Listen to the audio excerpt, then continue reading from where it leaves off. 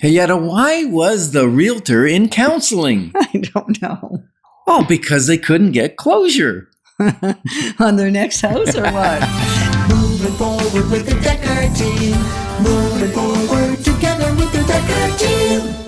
So we are honored to have created for you free access to over 603 Life's Inside Track episodes where we share insider tips, making house home, how to get the most out of your environment. And the great news is you can get access to them from home, from the office, or on the go, including on our YouTube channel. So subscribe. What do we keep doing? We're going to explore. What can we keep doing if we're already investing in real estate? Mm-hmm. What can we keep doing that will help us keep in profitability, not lose our capital, and just continue to grow wealth? Yep. There's some things we don't want to stop. Yep. And some of these things you want to keep doing even if you haven't invested yet in real estate. That's true. Yeah. First one, my favorite. Yeah. My favorite, your favorite?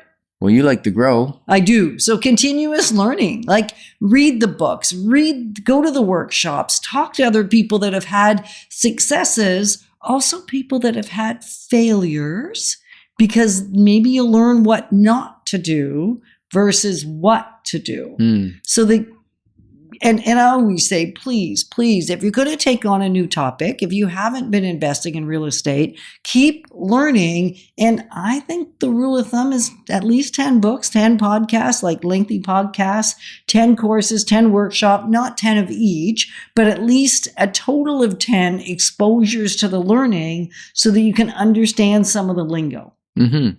You want to stay informed. Yeah. So what's it take to read a book? How many hours, roughly? It depends on the size of the book. Size of the book. Very, very good. It's like, how much does a hen weigh? Right. 2 to 3 pounds. Yeah. Ours weighed 10 pounds. 10 pounds, exactly. So, but the point is, maybe it's 20 hours to read a book. Yeah. And you read 10 books, it's 200 hours you have invested in the knowledge base, right? Mm-hmm. They say it takes 10,000 hours to be a master at something, but you don't have to be a master to take action. And you do need to be knowledgeable, right? Absolutely. So I love that. Workshops, go to investment workshops, join an investors club, research the market, read books on it, listen to audiobooks, read or watch podcasts or vlogs like our vlog on real estate. That can help. Well, there's lots of the shows that we've done that are specifically on investing that give tips and insights, what to do, what not to do, how to do it, when to do it, why to do it, all that stuff. So you can certainly go back and binge watch everything to do with investing. And then what you want to do is book a clarity call, especially after you read the wealth formula, binge watch some of the Life Inside Track episodes on specifically this topic, and then have a clarity call so that we can help you strategize the best steps. Mm-hmm. And then you're going to evaluate and learn from each experience. And what's even less expensive is evaluate and learn from other people's experiences, right? Mm-hmm. Yeah. And the other thing you want to do is know the rents.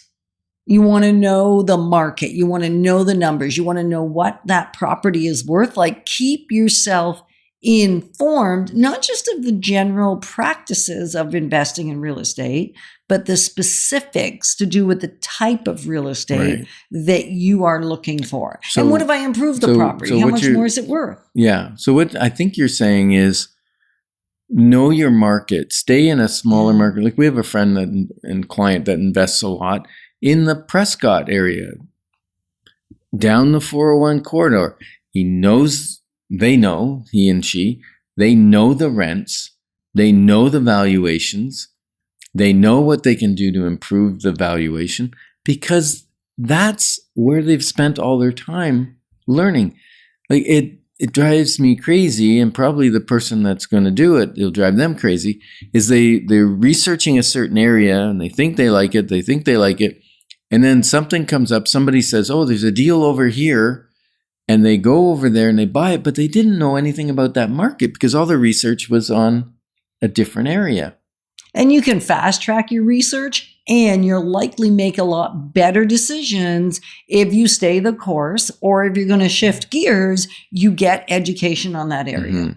right? Yep. And time again, we have clients that call us and say, we'd like to sell our house. And I go, okay, so what's the rent at now? When they say house, I mean a rental property.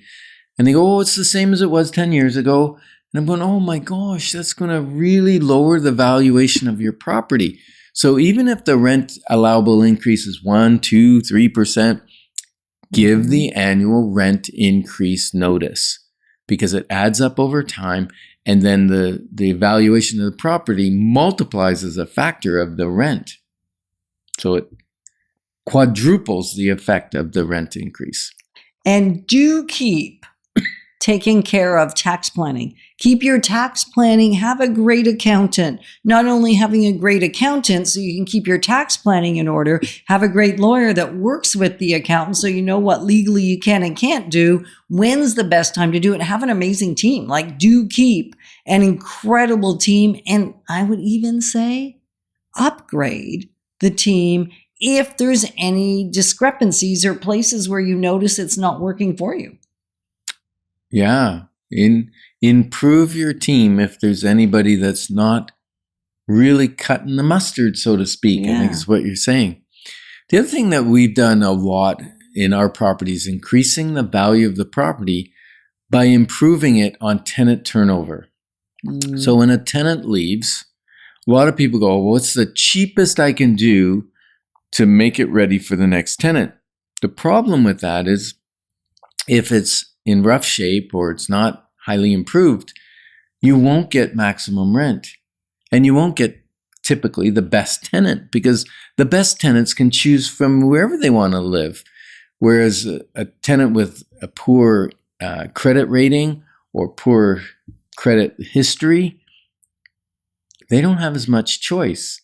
So if you want the best tenants with the highest payable rent, when your tenant turns over, think about changing the kitchen. Think about changing the flooring.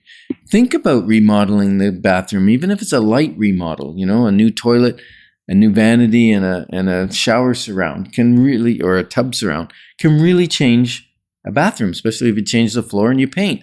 Put a new mirror, a new light fixture, and boom, you're done, right? Newer light fixtures can improve the lighting and the interest of a tenant in renting the property, right? Right. So do invest the money in the least expensive areas to get the greatest return. Mm-hmm. Like, keep doing those things. It's not always about the big splash, because sometimes the little things, like the examples you just gave, are kind of nothing. Yeah, And kitchens aren't. Kitchens and bathrooms aren't.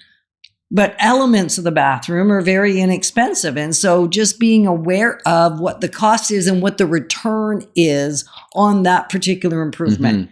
Do keep a clear vision in front of you of what your investing strategy is and where you will deviate and where you won't. Because where you're going to fall down is when you don't have a clear vision.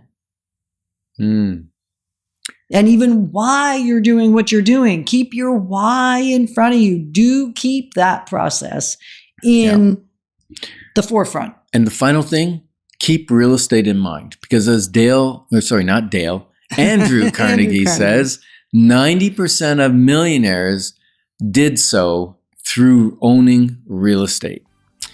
And we're glad that we're here together, because together we're clarifying options, because when your options are clear, your wisdom will flow. Moving forward with the Dekker Team. Moving forward.